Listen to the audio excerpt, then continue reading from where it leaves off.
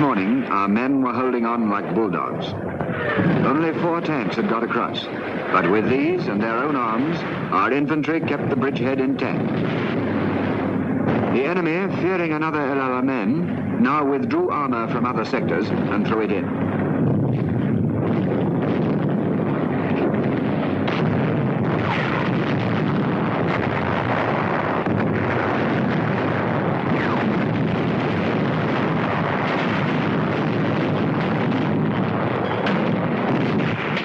Whilst this battle raged, our outflanking left hook by General Freyberg and his New Zealanders, reinforced by the 1st Armoured Division, was racing across 150 miles of desert towards El Hama. The blow was now struck by 50,000 men on the ground and by bombers, fighters and tank busters from the air.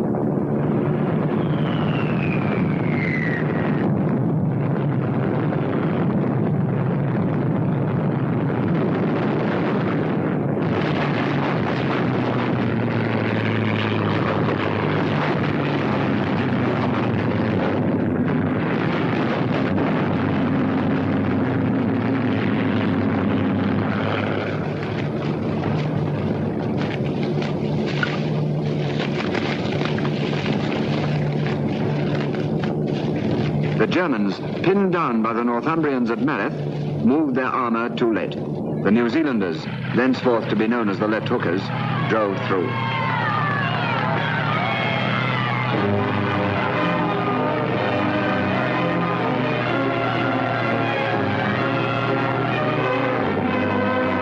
The Meredith line had been turned. The piston was on the move. Its speed made possible by the feats in road building of the South African engineers.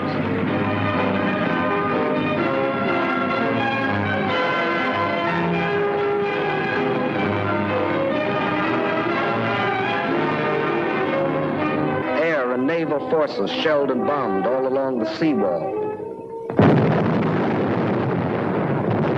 Our fighters struck at their transport planes, still pouring men in through the intake valve, knocking them out of the sky by the hundreds.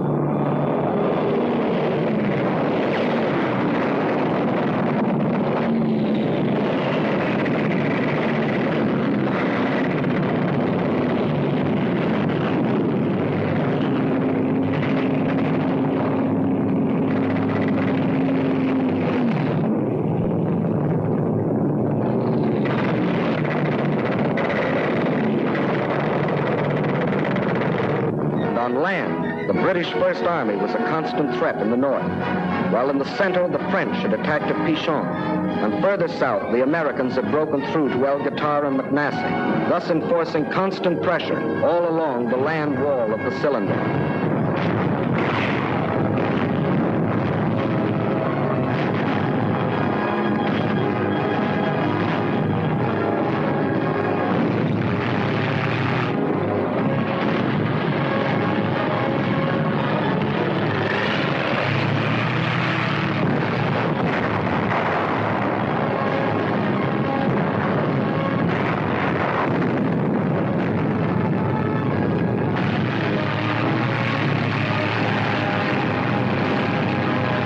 April the 7th, and American patrols of light tanks striking eastward met patrols of the British 8th Army advancing northward. We got quite a bang out of meeting these guys. 2,000 miles they'd come, fighting all the way. Yes, sir, we got a real bang out of it. These are the guys that broke the back of the Africa Corps.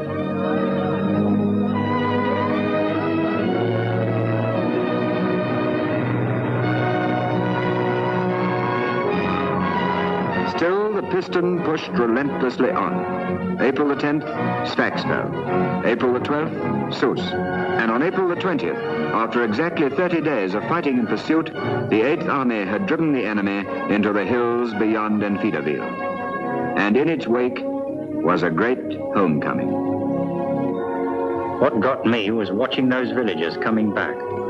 Mostly on little donkeys, piled up with so much stuff you'd wonder how they carried it. Reminded me of the Bible somehow. You know, the donkeys and the hills behind, and these folks trekking home. There was one old chap spoke a bit of English, and he comes up to me and old Joe McAdams, and he says, "Thank you, thank you, thank you, thank you." And then he started shaking hands with us. I thought he was never going to let go. And as we watched him going down the hill, Joe says to me, he says, "You know, George, I had a buddy killed the other day, and I was pretty sore about it. But now all these poor devils coming home gives the whole thing a kind of a meaning." Well, then when we went down to the village, it was just the same down there. Little Jewish boys taking off the yellow stars they'd been made to wear as if they was lepers. And then our army doctors attending to the women and the youngsters, just as if they was on the panel back home. I certainly felt less browned off. I certainly did. The rapid advance of the 8th Army had left the American divisions at McNassie and El Qatar far behind the battle area. General Alexander now switched these divisions to the north.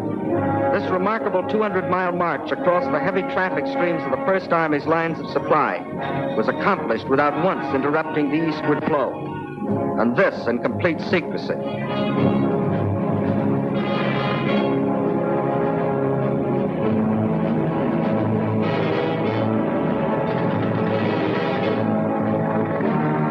The piston had completed its upward stroke. The desired state of enemy high compression had been achieved. Now to capture the spark plug, the vital hills west of Tunis and Bizerte. This led to a number of major battles, of which 5 were typical. Hill 609, Longstop Hill, Gubalat Plain, Jebel Mansour, and Takruna. The 8th Army struck at Takruna. The French 19th Corps attacked Jebel Mansour.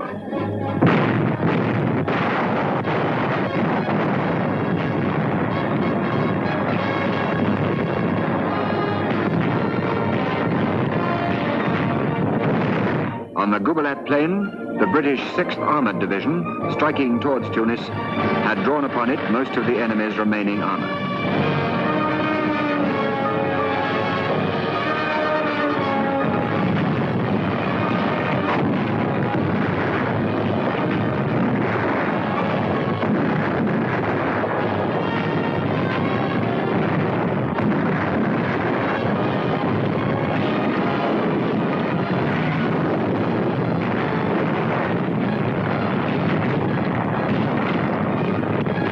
In 3 days of struggle, our main purpose was accomplished, the drawing to this battlefield of von Arnim's tanks and guns and their destruction.